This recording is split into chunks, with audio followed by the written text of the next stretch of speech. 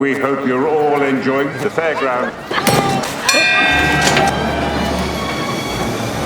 When the curtain fell on the series, it didn't mean goodbye. Downton Abbey would rise again on the biggest stage of all. But what does it take to evolve a beloved show into a cinematic universe?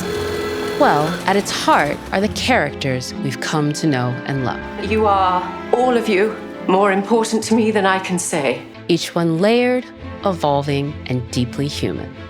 Things change, my lord, and somehow we must change with them. Set against the backdrop of breathtaking estates, grand costumes, and sweeping history, it's the people of Downton who keep us coming back.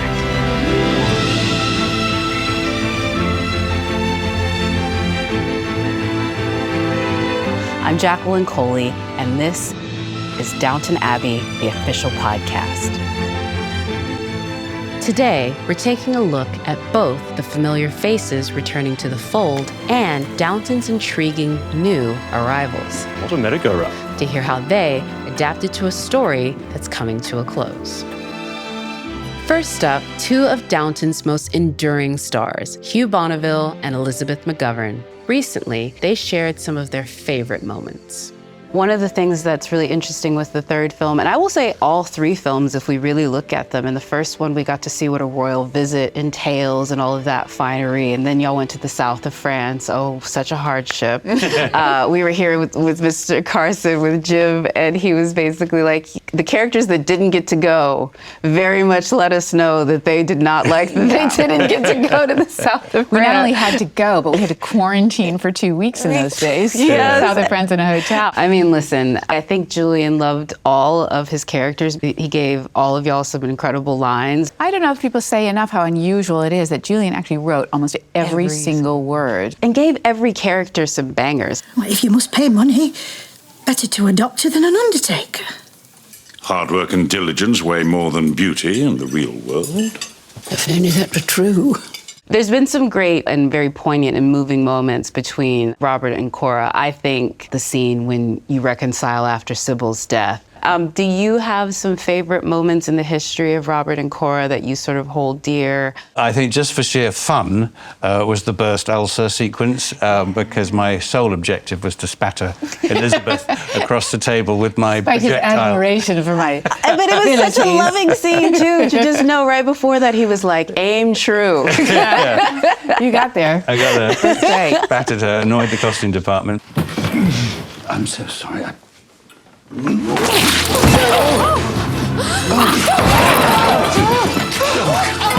Thomas, on his left side. Give me the napkins. I'll call the ambulance. Keep him warm. Take my coat.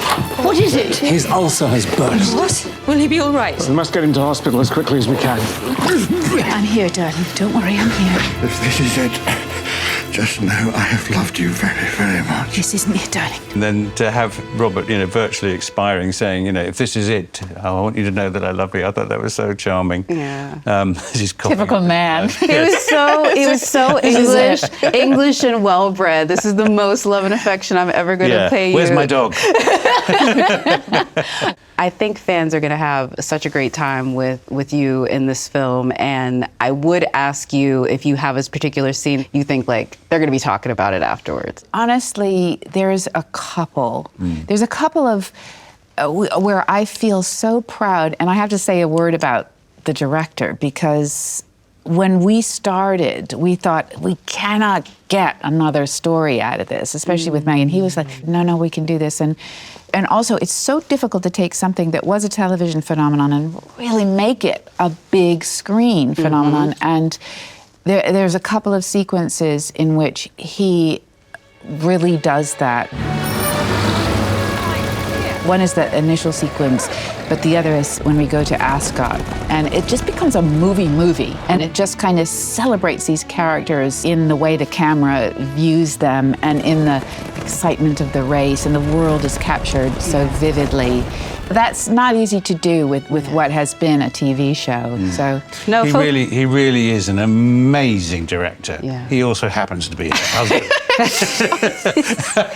Okay, I'm married to him. Let's say the elephant in the room. But I mean, listen, I had nothing to do with it. I was like, don't do this if you don't want to and all that. I didn't, and so I was just happy with him professionally. No, but I have to say, I mean, he really has been part of the family, obviously. Since day one. Cut. Not bad. I think his professional approach is just fantastic in the second film, and admittedly there was time to do this because a lot of the prep was during lockdown. Yeah. But he took the time to come and talk with every single actor about what their journey through the story and what they felt they needed more of or less of, or whatever.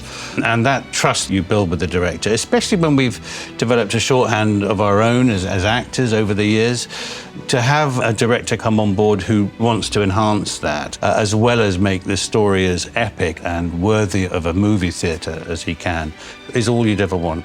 And also, I think there is something, people often say, what's the difference between TV and film? And it's always hard to put your finger on what it is. Sometimes it's to do with scale. But also, I think in a movie theatre, the camera is doing so much more of the storytelling than just the dialogue. And sometimes you can tell entire stories with a look or a gesture or a cinematic movement. And I think that really has come into play in the third film. I've noticed, fair bits of what was originally dialogue just not needed, because the emotion or the point that was trying to be made in the script is actually expressed by something visual. And that's proper movie making. From Elizabeth McGovern and Hugh Bonneville reflecting on the evolution of their characters, we now shift to another cornerstone of Downton, Mr. Carson. His character's journey from strict butler to soft-hearted father figure has mirrored the changing tides at Downton itself. The world changes around Mr. Carson, and he changes in drips, but there are measurable changes. What has been sort of your favorite Carson coming into the world moment? Because I feel like those are just as interesting. Like, I love when he got the phone. The phone was, that was such good fun, not how this thing just worked, and some strange woman shouting at him. Where's that coming from? To whom am I speaking? I'm not shouting. Well, who are you? Oh, Mrs. Gaunt. No, I don't want to place a call. I was practicing my answer. Well, I dare say a lot of the things you do sound stupid to other people. That was a struggle. Electricity was a struggle. I mean, heavens above. Mind you, I say that. I mean, my uncle was a farmer in Yorkshire, and he didn't get electricity till 1965 because he didn't think it would last. I mean, 1965. My God, everyone else is being hippies, and he's still struggling on with gaslight. I've burbled on and forgotten the question there, Okay, you see. we'll I'm distracting myself, so you'll have to ask me what... No, the farmer was the best bit. No, your favorite moment of Carson coming into the century that he's hopefully in. I think, in a way, I mean, not to do with anything with the advancement of the age, but I think getting married was a big thing, because butlers and housekeepers didn't get married. They were single, although she was called Mrs. Hughes. She was actually a Miss Hughes, Suppose you want to move away and change your life entirely. You don't want to be stuck with me. But that's the point. What is? I do want to be stuck with you. I'm not convinced I can be hearing this right. You are, if you think I'm asking you to marry me.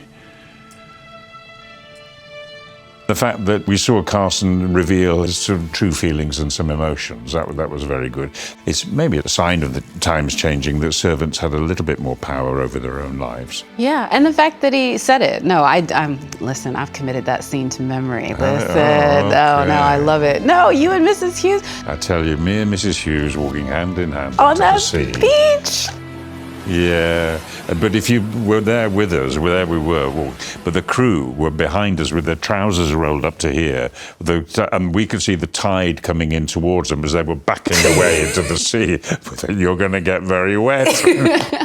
Oh, well, I'm glad they suffered through it because it was a good part. One of my favorite Carson moments so many are around Mary. One of my favorites is when you tell when you first fell in love with her when she was a little girl. And isn't that a great story? It's such a great story. I remember once, she came in here, she got to be more than 4 or 5 years old. She said, Mr. Carson, I've decided to run away and I wonder if I might take some of the silver to sell. Well, I said, that could be awkward for his lordship. I suppose I give you 6pence to spend in the village instead. Very well, says she, but you must be sure to charge me interest. And did you? She gave me a kiss in full payment.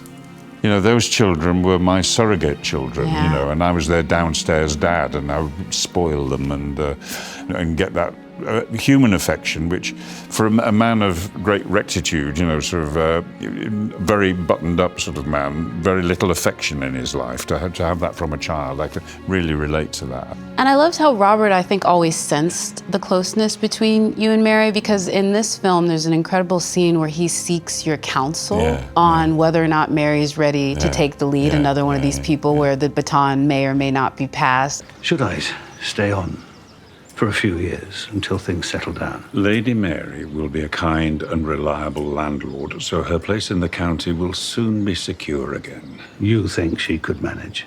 I know she could manage very well, my lord, and so do you. Talk about that scene for you, because I think that really puts a button on your relationship with Mary, how Robert came to talk to you about her. I think if I can just sort of backtrack a bit, I mean, we saw the clearest indication of Carson and Robert and Lady Mary, I think, on the day she got married, and she came down the staircase in her bridal gown, and she didn't say, this is brilliant of Julian Fellows, she didn't say, you know, how will I do, Father? She said, how will I do, Carson? And very well, you know, she sought my approval at that moment, and we were her two dads there, upstairs dad and downstairs dad. And Robert, of course, knew of this bond and knew that Carson would always give it a considered opinion, sort of thing. So I thought it was nice that he came to my cottage, which was a shock. I don't think he'd ever been in there before. It was nice to do that quiet, intimate scene together. There's a lot of scenes like that in the third movie where the person who is sat in a certain position of power is in a moment of vulnerability. I found that those were my favorite scenes, really. How did you approach the accuracy conversations? Because now it's kind of old hat, but at the beginning you had to learn it all. The very first thing we did was a meeting with Alistair Bruce, our etiquette man, who gave us brilliant instructions on how to behave. If we met Lord so-and-so or coming down the corridor, we didn't have to back off or anything like that, because we were going about our business. We were an essential part of the machine of the house. The individual moments of how to serve the wine and how to decant the wine and everything like that, Alistair was always on hand to teach us about. And I enjoyed all that. I had a wonderful device, which was a bottle of wine, and you kind of round a little thing, so it slowly dripped through, and you could just see there was a candle behind it, so you could see the sediment, and then you could take the wine back up before the sediment went into the decanter. Why didn't I steal that? Because I'm not a thief, I'm a professional actor, that's why. But it was nifty, though. Yeah, it was very nifty and very hard to get into a pocket on the way out. See, he thought about it, kids. He did think about it. He's too good for that. Well, I will just have to say, thievery or not, thank you so much for what you've done over these past 16 years. I've loved watching you play this character. So thank you very much. Thank you very much. It's very kind. Thank you. Mr. Carson.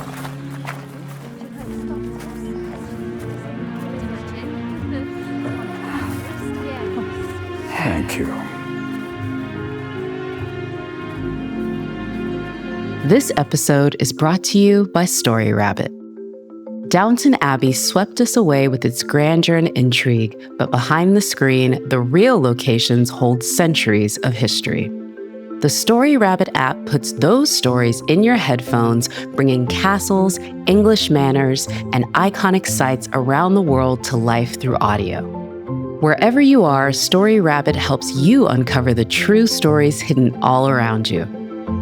Download the Story Rabbit app today or go to storyrabbit.app for more info and uncover the true stories hidden all around you. Bringing this final chapter to life on screen required a steady hand and a deep love of the world of Downton Abbey. Director Simon Curtis reflects on the responsibility of closing out the story and the joy of guiding the Crawleys through their last bow. Do you think he should touch the ball at the end, Julian? I was a great fan of the show for many years. As a groupie of the show. I think at one point I was banned from the set, actually. But I've always loved the show, and I've loved the cast. Obviously, Elizabeth, my wife, was in it, but I also had a lot of colleagues working on both sides of the camera. So I was thrilled to be invited back because as a director, I love working with actors, and this is the greatest ensemble of British actors. And then you add the guest stars we've got, and so as an actor's director, it's a dream come true. It's not very English behaviour. Well, we're not English, my brother and I, which I know takes some getting used to. There's always been an American in Downton Abbey, in Lady Cora. And in the case of this film, we have her brother, played by Paul Giamatti, returning to the story. And he brings a character played by Alessandro Nivola, who disarms the English aristocracy. He's much more open to a divorced woman and so on. I know you like champagne. Don't remind me. You should try America, you know. We don't care about divorce over there. I think Downton needs me. You've got Simon Russell Beale, who plays the rival to Lady Merton for a local event. To me, the whole thing looks wrong. We're turning it into a circus. It may come as a surprise, Sir Hector, but we want our visitors to have a good time. Oh, steady. As well as Jolie Richardson plays an aristocratic lady who finds Mary's presence uncomfortable at a party. I do apologise, but Lady Mary must go now. Sarah, is this really? No, I really must insist. So don't think we could have done better with our new guest stars. And I feel we've been a very good team getting this film to the starting line in the big screen experience. So I think it's a loving portrait of the characters as they enter the 1930s. And we really dig into the emotion of these characters at the end of the story that we're telling. Do you ever think of where it all began, Bates? That day at Tegala Heights, under General Buller, waiting to march on Ladysmith? To be honest, my lord, I didn't think we'd get out of that alive. I wouldn't have done without you. I don't know. I do. I know it very well. You took a bullet for me, and I think about it often. Downton Abbey, the grand finale, also welcomes some fresh faces and some familiar ones. Paul Giamatti returns as Cora's outspoken brother Harold, while newcomer Artie Fruchon brings new intrigue, unexpected twists, and help expand the world of Downton in surprising ways. My name is Artie Fruchon, and I'm playing Noel Coward. He was one of the most prolific and definitely among the most important playwrights in the 20th century in Britain. He wrote about 60 plays, I think, 8 musicals, hundreds of songs. He also came to epitomize a kind of Britishness. He was like a style icon. That's my role, to spread sunshine wherever I go. And he was gay at a time when it was illegal and very dangerous to be gay. Nothing's changed here since 1850. Well, you can see women's ankles now.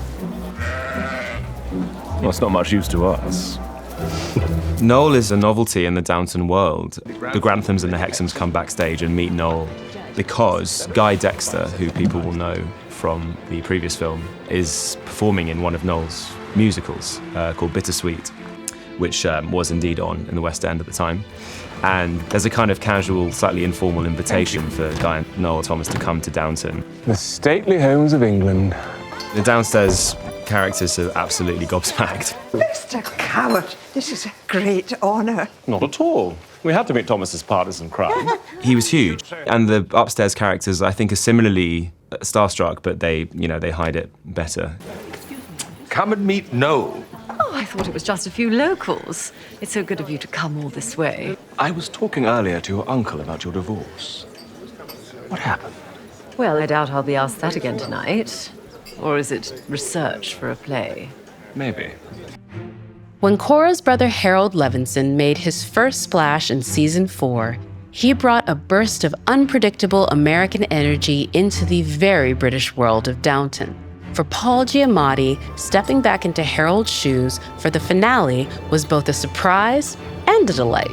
It was a wonderful thing to be back. I was so happy when they came and asked me to do the movie because I loved doing it that first time I did it, which was about 11 years ago. Harold pops up again the way he did the first time because there's sort of financial trouble, although he doesn't reveal it for a little while in this case. The first time when I did it, he was escaping a terrible, actual, historical financial scandal in America called the Teapot Dome scandal, so he was on the run. And this time he's screwed up and lost a lot of the family money because he's a gambler, kind of, you know, and he's not a good businessman, and he's got tons of money and he plays around with it. He doesn't know what he's doing. He wants to think he's a great businessman. So he shows up here this time because he's screwed up. Cora. When he gets to Highclere and sees Cora, she kind of immediately knows something's up. Why don't you all go? Oh, good idea. Not you, Harold. We have a lot to talk about, you and I. She knows him well and can tell that something's up. And I have a feeling if he shows up, it probably means something's not going well. He's with this guy, Gus Sambrook, who he has put all of this confidence in because he thinks this guy is a great financial wizard. And he's not. He's a con artist. None of it is Gus's fault. Without him, things could be a lot worse. I made the decisions. Why didn't you share them with me? And why didn't you tell me when it was all going wrong? You put me in charge. God's sake, Harold. Don't you see what this means for Downton? Is it really as bad as you say? There's some property. You know, he's been taken in by this guy, and he's sort of, I think, something about the guy flatters his ego and makes him think that he's a real hotshot hanging out with this hotshot. And, you know, it's a little sad. So, you know, she loves him and she cares about him, and I think she looks upon him as a kind of a sweet guy. She said so at one point, you know, putting him in charge of the money is like putting a drunk in charge of a bar room, you know, and it's a little bit that kind of guy. I hope I haven't let you down. Don't be silly. I'm the one who's let everyone down. You trusted me, and I wasn't worthy of that trust. You're worthy of my love, and that won't change. Paul Giamatti's return as Cora's American brother is a reminder of how Downton has long blended the warmth and humor of its American characters with the refinement of its British setting. It's a balance that Leslie Nichol, who plays the ever-spirited Mrs. Patmore, knows well. I think it's a testament to everything that you've sort of done over the course of the series and then, of course, of these films. I've got favorite moments that I talk about. I think also, too, like, Mrs. Patmore with the mixer. I must have put those ruddy prongs in wrong. Let Daisy and Ivy clean it up in the morning. But Daisy mustn't find out I don't know how to work it. Why ever not? Because it makes her part of the future and leaves me stuck in the past. Don't you see? Yeah. That was fun. There's so many of them. Do you have a favorite moment through the series or through the movies that you sort of hold dear? Well, actually, you've just reminded me this is something that happened in real life. When the current Princess of, what is she? Princess of Wales? Catherine. Uh-huh, Princess of Wales. She came to visit the set, and she came into the kitchen. We had to wear our costumes, which is a bit odd. So there we are, Sophie, Daisy and I are standing there, and I think, and we're waiting to meet her, and these guys walk in a little bit suited and serious, and I said, in fact, I went all a bit Patmore. I said, "Who are you?" Like in my kitchen. He went, "Well, I'm the Royal Protection Officer," and I went, "Oh, all right." Anyway, so then she came in, and Sophie and I were saying, well, what can we show her that's interesting? And there was a newly arrived fridge. So I said, well, it's not very interesting, really, because there's nothing going on. But I said, we could show her the fridge, because it's a new gadget, and it's new to them and everything else. I said, I'll just see if there's anything in it. I opened the fridge, and it had been in there for some time, and it was a trifle, and it was glaringly electric blue, because it had fungus all over it. And she was 9 months pregnant.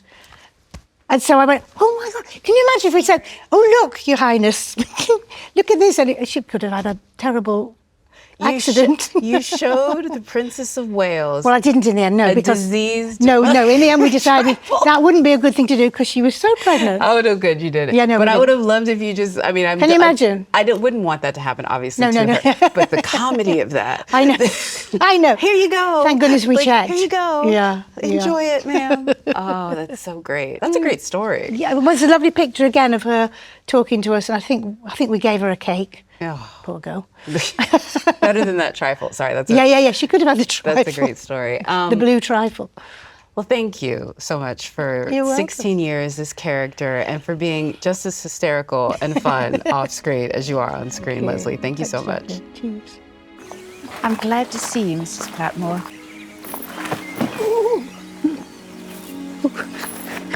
And a big thank you to all of my guests today.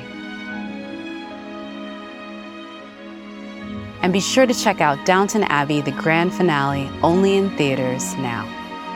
I'm Jacqueline Coley. Thank you so much for joining me. I'll see you next time for the final installment of Downton Abbey, the official podcast. To get new episodes one day early and for other Downton Abbey exclusives, be sure to sign up for free to be a Focus Insider at focusinsider.com. The Focus features Experience Sweepstakes. See Downton Abbey, the grand finale, plus one more film to start earning rewards. Watch all 5 for a chance at the ultimate cinephile experience and invite to 2 Focus Features film premieres around the world. Downton Abbey, the official podcast, is a production of Focus Features and Treefort Media. I'm your host, Jacqueline Coley. From Focus Features, our executive producers are Angela Vesagas and Jocelyn Brown. From Treefort Media, our executive producers are Kelly Garner and Mary Chalenza. Our lead editor is Martin Applebaum. Our lead audio engineer is Matt Dyson. Our associate producers are Aidan Brooks and Jada Williams. Additional engineering provided by Jeff Neal and Anthony Laurie. Additional production support provided by Mia Fernandez and Gabriel Skolansky. Special thanks to Julian Fellows, Gareth Neen, Liz Trubridge, Carnival Films, Jam 96, PMA Film and TV, and Framework Studios.